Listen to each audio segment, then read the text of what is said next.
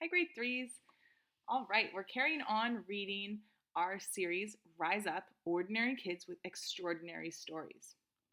So, before we start reading today, I want us to use some of our reading skills. I'm going to take a look at the picture here and think about what am I seeing? So, I see a boy here. I'm going to infer that he's probably the main character, William Kamkwamba. I'm going to take a look at what is going on here. He's on a ladder that looks like a windmill type of thing. Looks like there's some wheat on the ground. And there's a nice big text thing here. It says, "He's made light," shouted the crowd. So I'm thinking that somehow this machine might create light. Are you kind of thinking that too? I don't know how, but let's read to find out.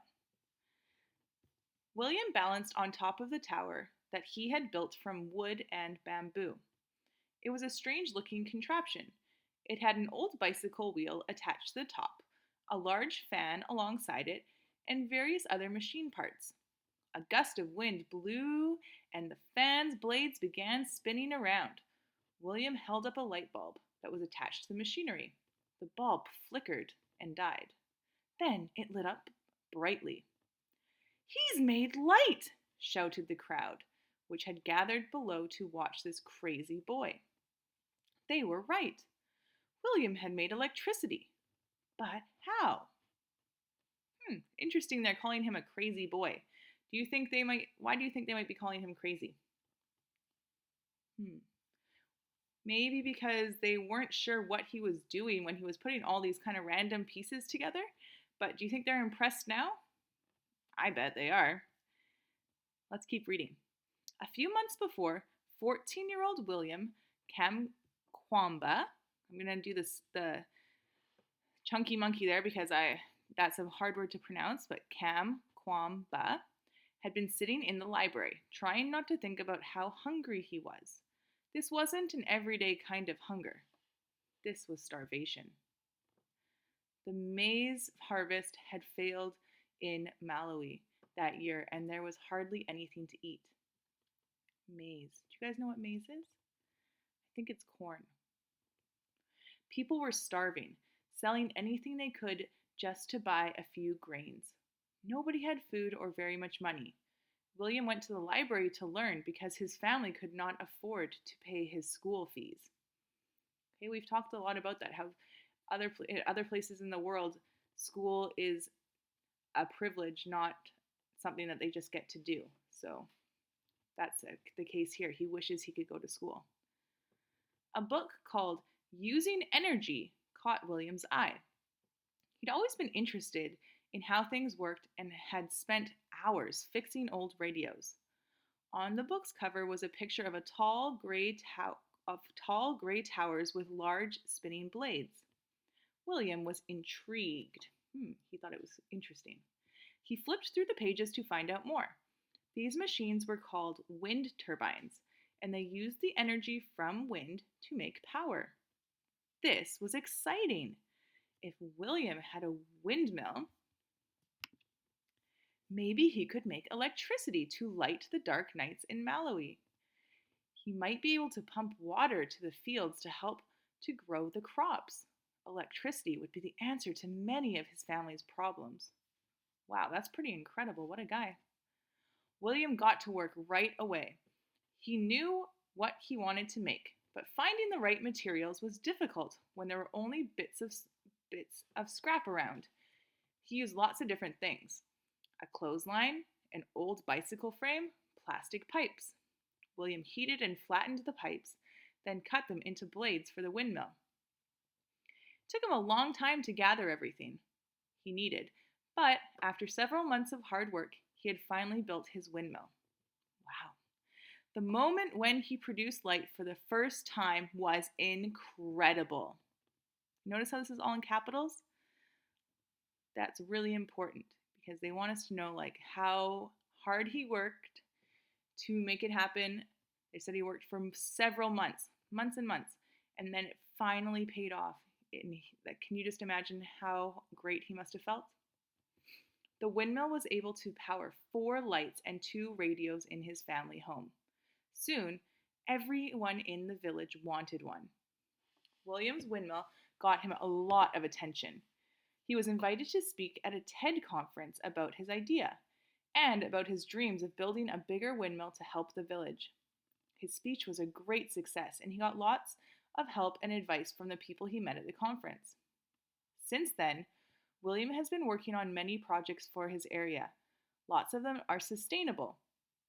Okay, that means that don't need to take up a lot of things from the earth, including solar power and lighting for several homes, a deep water well with solar powered pump for clean water, and an irrigation system for crops. William is full of bright ideas. His inventive thinking shows that something huge can be achieved from very little. Wow, that's so inspiring. You guys think that maybe you could do something like that? I think you could. Let's see, where is he now? William's story is told in his book and the movie of the same name, The Boy Who Harnessed the Wind. He is now working on a project that encourages young people to follow in his footsteps and create something practical to improve their lives and that of their community. How to be an inventor. Okay, so let's look at this because maybe we can do this too. Let's learn. 1. Look at the world around you and find a problem that needs solving. Is there something that comes to mind right away for you? Think about that.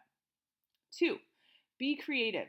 Use your imagination to think differently about the way things work. 3. Use a blank journal to make notes and sketches of your ideas. 4. Make a prototype. This is a working model of your idea. 5. Test your idea out. Ask family and friends what they think. 6. Make your product. Do some research and ask an adult to help you contact companies that might be interested in producing it.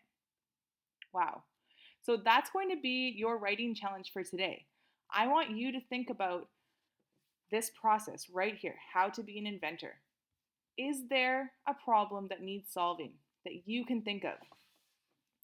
What's something that you could fix that would help other people? Maybe it's people in your family, maybe it's your friends, maybe it's our school, maybe it's our community, maybe it's even bigger than that. What is a problem that people are having that you've noticed? You can write a brainstorm and think about it, and then follow this process, steps 1 through 6, to make it happen, to actually create a product. I want to see it. So if you get going on that and you're making some progress, please let me know. I want to know what your idea is and if there's any way I can help you. That'd be so cool. Okay, let's just finish up this page. What else is there? Green measures in your own home. Here are some simple things you can do to be more environmentally friendly. Okay, we learned about some of this last week, but let's see what these ones are. Use less water. Take shorter showers and definitely don't leave the water running while you brush your teeth. Good, lots of you said that you were going to make sure that you didn't waste things like power and water. Think about how you get around. If you can walk or bike to where you need to be. If you need to go longer distances, take a bus or carpool with friends. Well, we're all staying pretty close to home these days, so that's at least good. We're helping the environment. Remember to save electricity when you can. Turn lights off when you leave the room and use energy efficient modes on your devices. Good. You know, actually, Caleb told me he was going to put stickers on the lights to remind everyone in his house to turn off lights when they leave the room. I thought that was pretty cool. Nice little invention. Okay, who is this here? Anne Makosinski.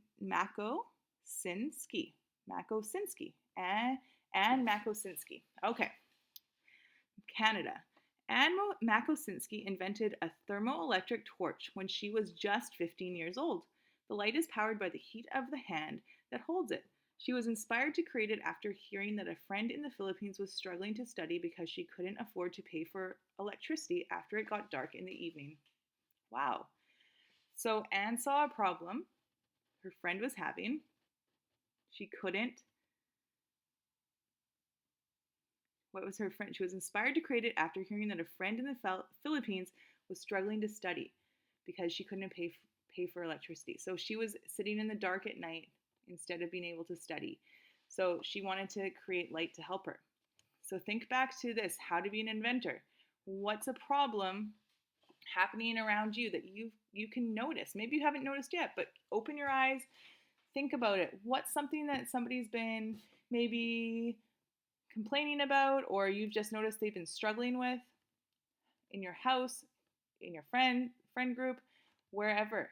Let's try and solve a problem for somebody else and see if we can create a product that would do that. That'd be so cool. All right, so that's your challenge for today. Is there an invention that you can create? You do not have to be an adult to solve people's problems. You guys are so creative. You come up with such great ideas.